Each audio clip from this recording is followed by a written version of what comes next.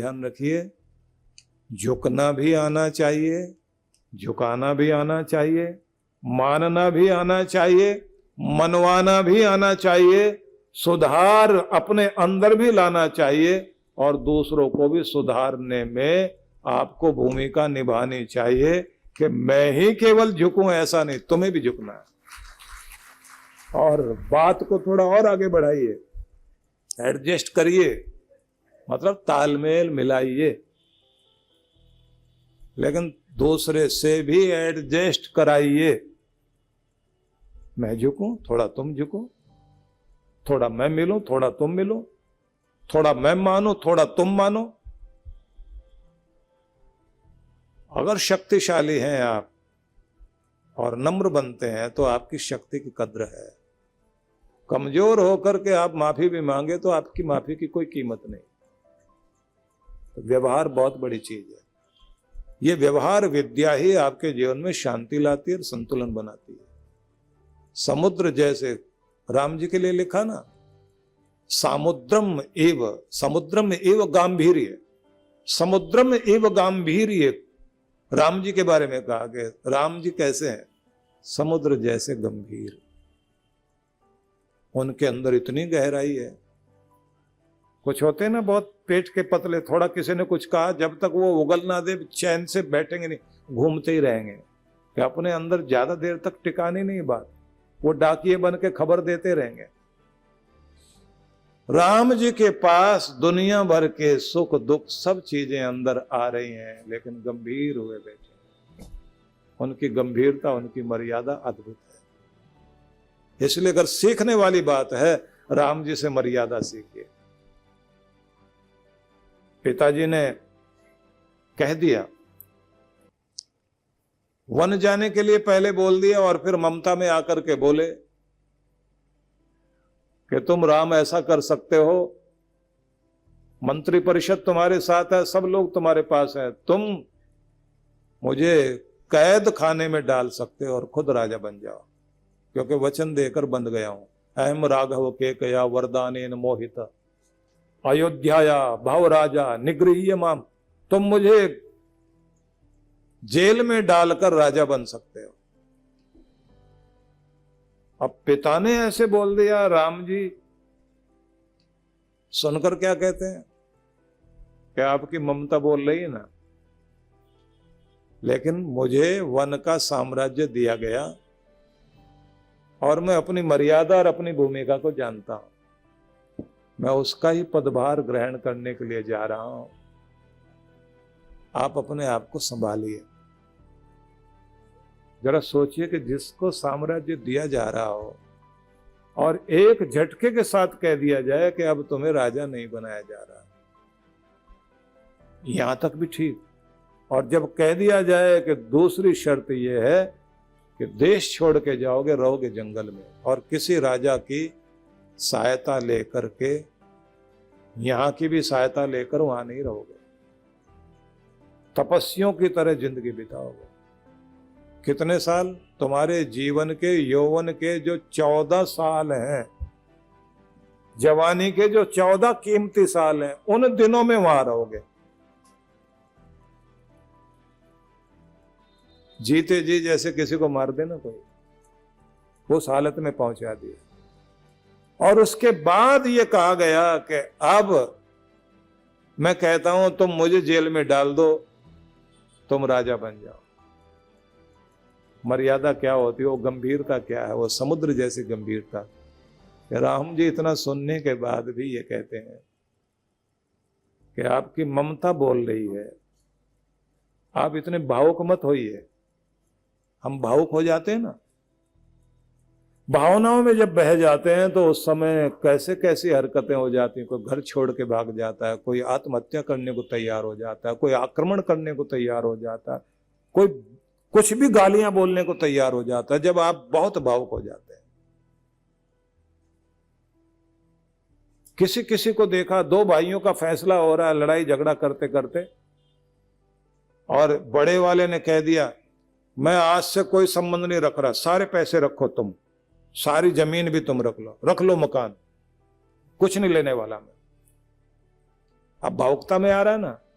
अब छोटे वाला कहता है ये सब बातें बड़ी बड़ी बहुत हो गई, इतना दम नहीं है आपके अंदर कि आप ऐसे दे के चले जाओ। आपके लालच को मैं जानता हूं, तो थोड़ा सा और जोश दिखा दिया। और अगर ऐसे ही त्यागी तपस्वी बन रहे हो ना, ये रखे पेपर, करो साइन। अब वो आ गया जोश में, करता हूं, ले अभी साइन कर। वो लेके बैठ गया, कर अब क्या करेगा मेरा। आपके भावुक होने से उसको फर्क पड़ा?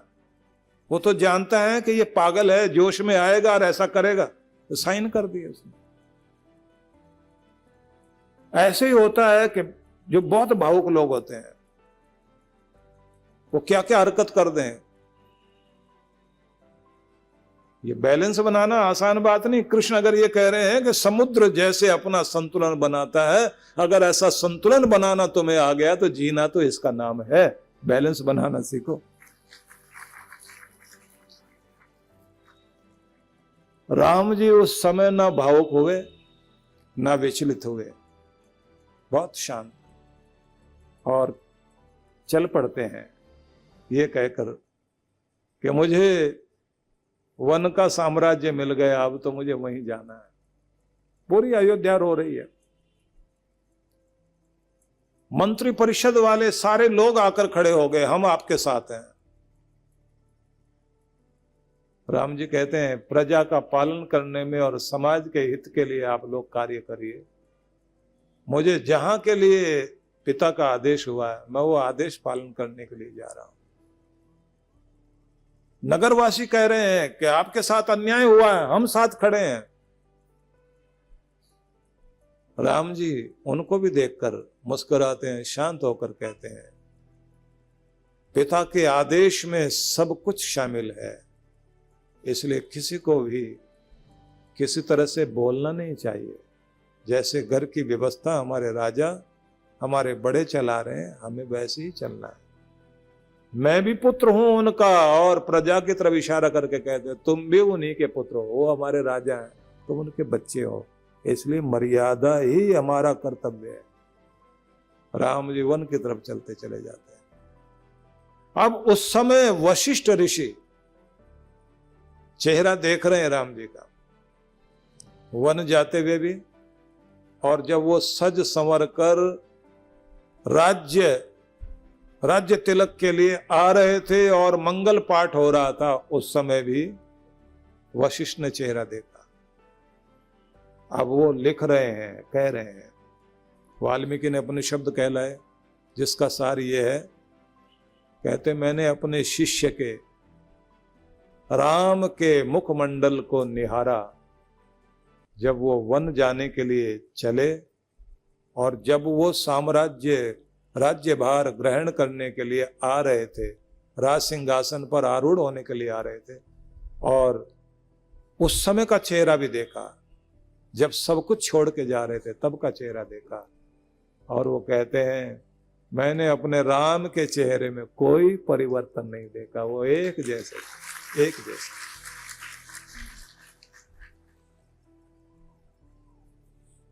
आसान है क्या इतना संभाल पाना अपने आप को? कितनी अंदर अंदर समुद्र के लहरें चल रही होती हैं, क्या कुछ चल रहा होता है। जैसे वो अपने को स्थिर करता है, कृष्ण कहते हैं अपने आप को संभालना सीख जाओ।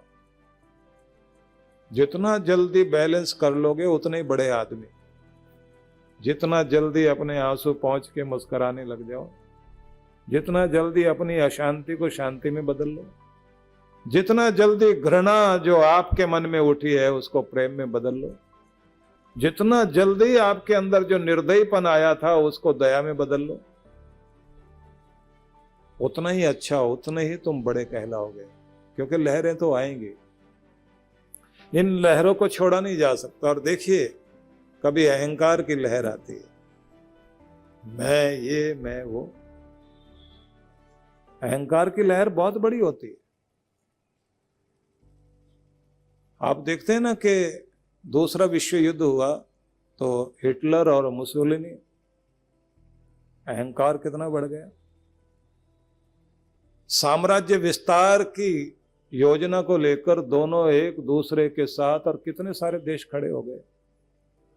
हिटलर जिस जगह को कब्जा करना चाहता था, पहले वहां के लिए अफवाहें उड़वाता था कि ये जगह, ये लोग हमारे देश के लिए अच्छा नहीं कर रहे हैं।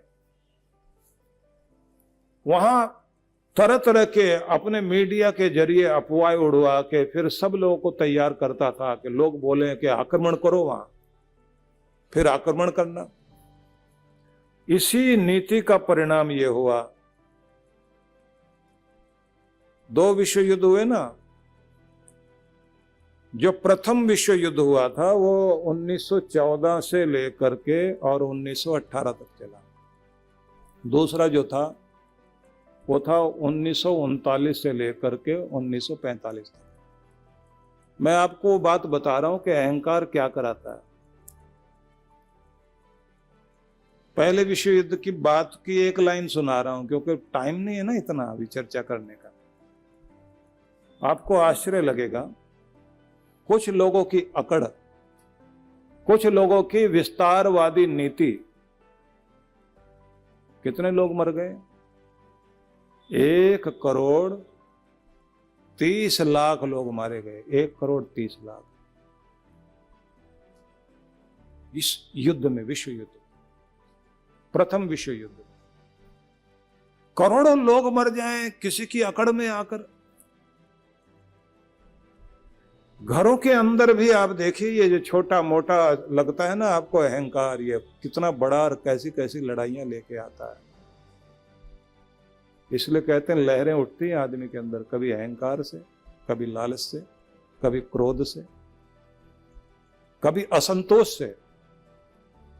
आपको माफ करना आए और आप संतुलन बनाना सीख जाएं, कहते हैं जीत मनुष्यता की इसमें है। कृष्ण भगवान कहते हैं संतुलन बनाना सीखो भाई। दूसरा पागल व्यक्ति आपको पागल बनाने में तैयारी कर रहा है। पागल मत बन जाना। आश्चर्य लगता है कि भारत में प्रथम विश्व युद्ध के बाद, क्योंकि जब प्रथम विश्व युद्ध हुआ था 1,30,00,000 लोग दुनिया में मारे गए और 1,60,00,000 लोग घायल हुए। और उसके बाद जो हिंदुस्तान में भी महामारी फैली थी, आपको हैरानी होगी, 1,20,00,000 लोग तो हमारे हिंदुस्तान में महामारी से मारे गए। ये आंकड़े क्या दर्शाते हैं? पागलपन किसी का, कुछ लोगों की मूर्खता, और मनुष्यता कहां जाके बैठ गई। घर में एक ही कोई पागल होता है जो अपना गुस्से में आकर के घर को खराब करता है, पूरा घर हिल जाता है। आपका दिमाग हिलाने वाले बहुत सारे लोग हैं। अपने संतुलन को बनाए रखने के लिए हमारे यहां जो मंत्र पाठ किया जाता है ना, सबसे ज्यादा बोलते हैं गायत्री मंत्र। तो गायत्री मंत्र की सबसे बड़ी खासियत क्या, उसमें प्रार्थना क्या है? धियो यो नः प्रचोदयात्। भगवान हमारी बुद्धि को सुबुद्धि बनाए रखिए और हमें प्रेरित कीजिए कि हम सन्मार्ग की तरफ चलते रहे, हमारी बुद्धि सुबुद्धि बनी रहे। इस बुद्धि पर अपनी कृपा बनाए रखना, ये बुद्धि कभी खराब ना हो। धियो यो नः प्रचोदयात्। परमात्मा हमारी बुद्धि को प्रेरणा देने वाले बनो, ये सन्मार्ग की तरफ जाए, कुमार्ग की तरफ नहीं। किसी का शरीर का कोई भी अंग खराब हो जाए कोई फर्क नहीं पड़ता, पर अगर किसी की बुद्धि खराब हो जाए, अकल खराब हो जाए, दिमाग खराब हो जाए, सब कुछ बिगड़ जाता है। इसलिए भारत में मंदिरों में, तीर्थों में गुरुजनों के सामने सिर झुकाने की परंपरा है कि भगवान हमारे सिर पर हाथ रखना, सदगुरु सिर पे हाथ रखना, बुद्धि सुबुद्धि बनी रहे, दिमाग खराब ना हो कभी। बुद्धि सुबुद्धि है, सब कुछ है हमारे पास। चाणक्य बोलते थे कि परमात्मा सब कुछ छीनना मेरी यही बुद्धि मत छीनना, इसके द्वारा सब कुछ पा सकता हूं मैं, और ये खो गई तो सब कुछ गया मेरा। इसलिए ध्यान रखना, बुद्धि सुबुद्धि रहे, प्रार्थना कीजिए, संतुलन बना रहे, इसकी कोशिश कीजिए।